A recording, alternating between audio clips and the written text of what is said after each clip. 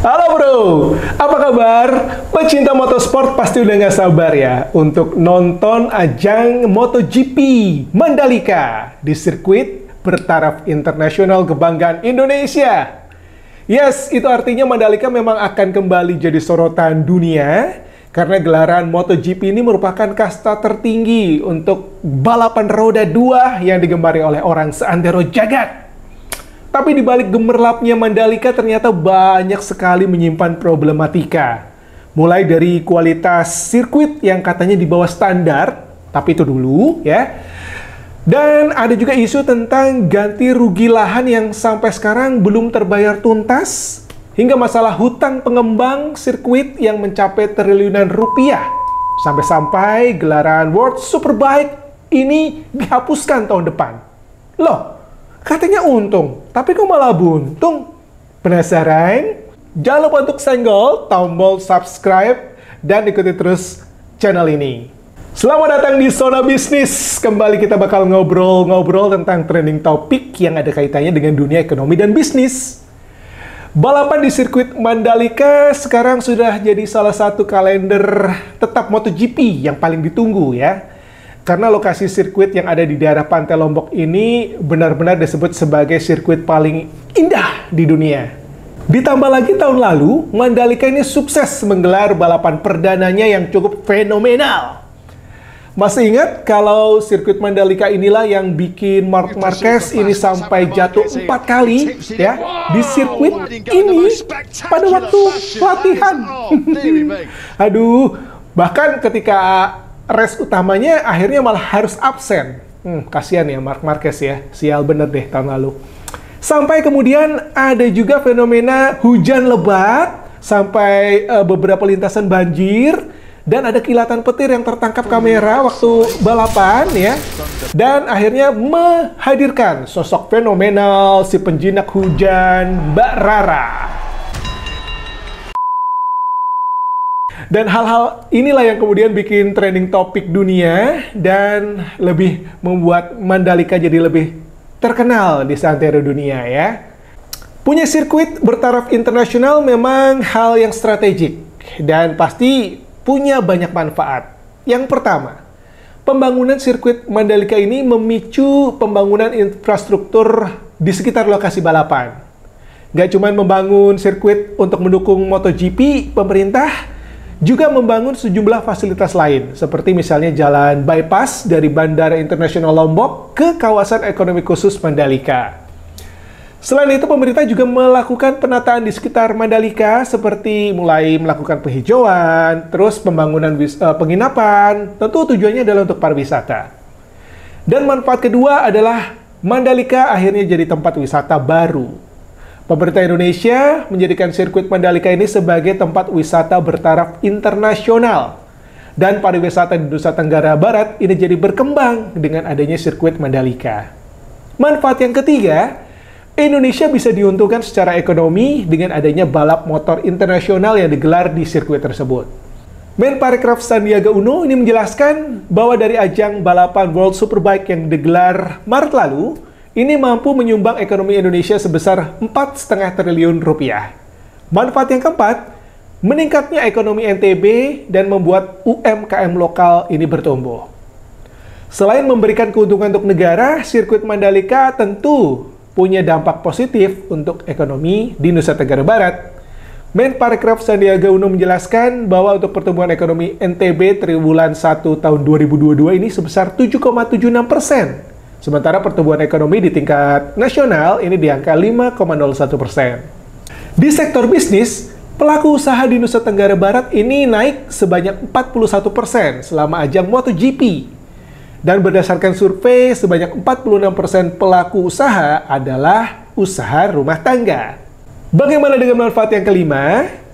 Adanya sirkuit Mandalika ini ternyata bisa membuat lapangan kerja baru di Nusa Tenggara Barat. Dan pekerja yang diserap juga didominasi oleh masyarakat lokal.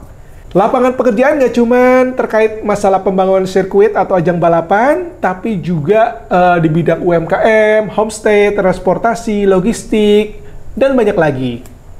Manfaat yang keenam, ajang World Superbike dan MotoGP ini membantu Indonesia mengenalkan wisata Indonesia, khususnya wisata Nusa Tenggara Barat. Karena gak cuma peserta, banyaknya penonton perlombaan di Mandalika ini juga berasal dari luar negeri. Dan manfaat yang terakhir, Indonesia yang dianggap berhasil menyelenggarakan ajang balap motor internasional di Mandalika tahun lalu, ini berpotensi mengundang banyak investor untuk mengembangkan usaha di Nusa Tenggara Barat, khususnya di sektor pariwisata. Nah, apakah kenyataannya sirkuit Mandalika ini beneran mampu memberikan manfaat yang saya sebutkan tadi? Ternyata, tidak, saudara-saudara. Ternyata malah banyak masalah yang menyertainya. Masalah yang pertama, hutang sirkuit Mandalika ini tembus 4,6 triliun rupiah.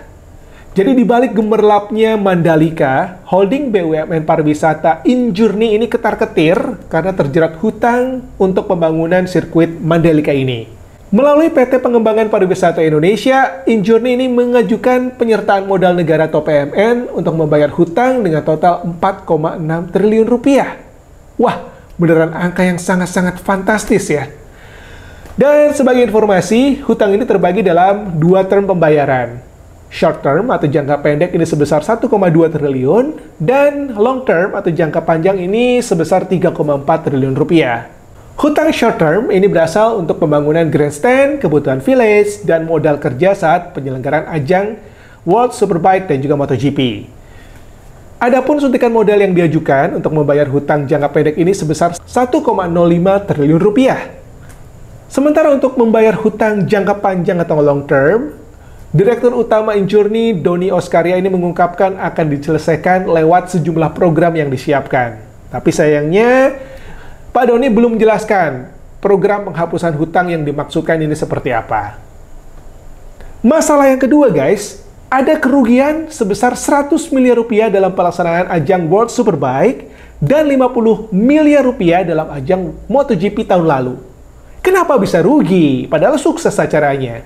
Yang pertama, ternyata pendapatan yang dihasilkan dari balapan dan penjualan tiket ini ternyata belum cukup menutupi biaya operasional dan hutang yang menumpuk. Yang kedua, investor ternyata belum banyak tertarik. Ajang World Superbike ternyata masih kurang menarik minat sponsor. Dan pendapatan sponsor dari ajang MotoGP tahun lalu lewat iklan, ini ternyata masih belum bisa mengcover biaya operasional. So, gimana nasib World Superbike? Akhirnya, karena tidak menguntungkan, penghapusan event World Superbike jadi nggak terelakkan. Jadi kita nggak akan bisa melihat ajang World Superbike ini lagi tahun depan. Pembangunan sirkuit Mandalika ternyata juga masih banyak menyisakan problem. Seperti BPK atau Badan Pemeriksa Keuangan ini menemukan banyak permasalahan dalam pengembangan dan pemasaran kawasan pariwisata Mandalika. Salah satu permasalahan utama adalah penanganan lahan yang belum tuntas. BPK menyoroti kurangnya tim lahan yang bertugas menyelesaikan masalah lahan untuk investasi, serta kurangnya prosedur standar dalam mengatasi klaim dan penguasaan lahan. Pemerintah pernah menjanjikan bahwa warga yang digusur rumahnya ini akan dilibatkan dalam perhelatan acara, tapi kenyataannya jauh dari yang dijanjikan. Parahnya lagi, ada sebanyak 140 pemilik lahan yang digusur untuk pembangunan sirkuit Mandalika ini mengaku belum menerima tuntas pembayaran ganti rugi lahannya. Sampai-sampai akhirnya ada sebuah ancaman aksi blokir jalan menuju sirkuit Mandalika di ajang MotoGP 13-15 Oktober besok. Ya, memang benar ya, di balik gemerlapnya Mandalika banyak menyimpan problematika yang membuat kita miris. Tapi ada yang lebih miris lagi nih bro.